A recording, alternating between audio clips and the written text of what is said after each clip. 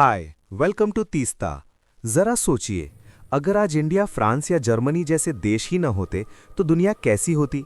क्या national flag, national anthem या nation state जैसा कोई कॉन्सेप्ट होता? एक समय ऐसा था जब यूरोप में कोई नेशन नहीं था, कोई नेशनल फ्लैग नहीं था और लोगों को ये भी नहीं पता था कि नेशन स्टेट क्या होता है। 19वीं शताब्दी की शुरुआत में यूरोप कोई एक देश नहीं था। ये कई छोटे छोटे किंगडम्स और एम्पायर्स में बटा हुआ था। लोगों पर राजाओं शासन था, न कि जनता द्वारा बनाए गए किसी नेशन स्टेट का।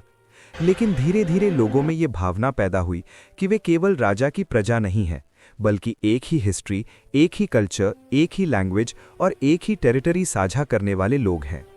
इसी भावना को नेशनलिज्म कहा जाता है। इस सोच को सबसे पहले मजबूती दी 1789 की फ्रेंच रेवोल्यूशन ने। इस क्रांति ने लिबर्टी, इक्वालिटी और फ्रेटर्निटी के विचार पूरे यूरोप में फैला दिए। लोगों को ये एहसास हुआ कि उन्हें निरंकुश शासकों के खिलाफ आवाज उठानी चाहिए। नेपोलियन की हार के बाद 1815 में कांग्रेस ऑफ वियना का आयोजन किया गया।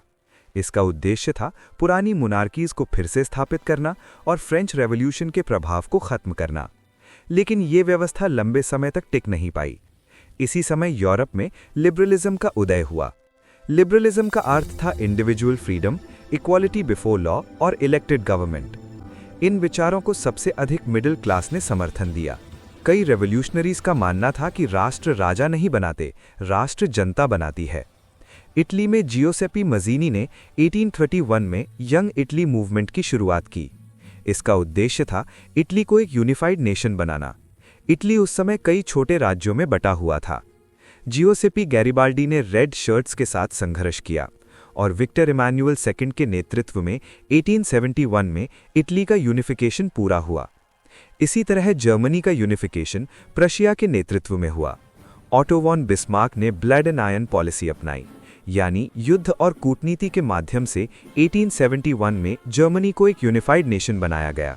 नेशनलिज्म को मजबूत करने में कल्चर ने भी महत्वपूर्ण भूमिका निभाई। फोक सॉन्ग्स, फोक ट्रेडिशंस और कॉमन लैंग्वेज ने लोगों में नेशनल आइडेंटिटी की भावना को और गहरा किया। इस प्रकार rise of nationalism in Europe ने मॉडर्न नेशन स्टेट्स के निर्माण में महत्वपूर्ण भूमिका निभाई और यूरोप की पॉलिटिकल स्ट्रक्चर को पूरी तरह बदल दिया। और हाँ, अगर आपको ये एक्सप्लेनेशन यूजफुल लगी हो तो वीडियो को लाइक करें, शेयर करें और तीस्ता को सब्सक्राइब करना ना भूलें।